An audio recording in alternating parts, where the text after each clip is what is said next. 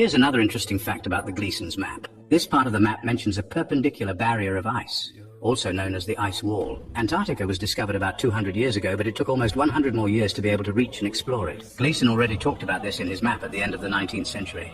The map shows longitude and degrees and is also a time calculator.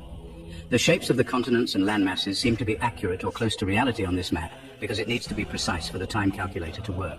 Alexander Gleason's map clearly represents a flat world. But if they claim it's a projection of a globe, shouldn't the Earth supposedly be a geoid? Then this projection wouldn't match reality. However, we can see that it does work. How does the June solstice occur? In this section it says that in the images of June and December, the white area represents the sun's position during its respective months at noon.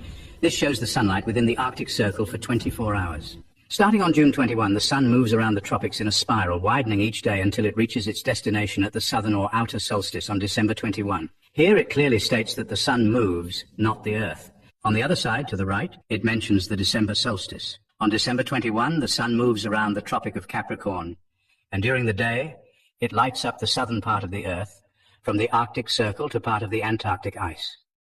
There is no sunlight beyond 80 degrees south, only unknown ice regions. On December 23, the sun begins its journey north again, returning to its starting point, completing the seasons.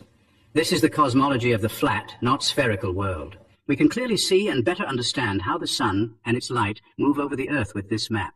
In summer, it's closer to the north, so there's more light illuminating everything at all times. That's how it moves and changes the seasons throughout the year. And then in winter in the north, the sun moves farther away, going further south.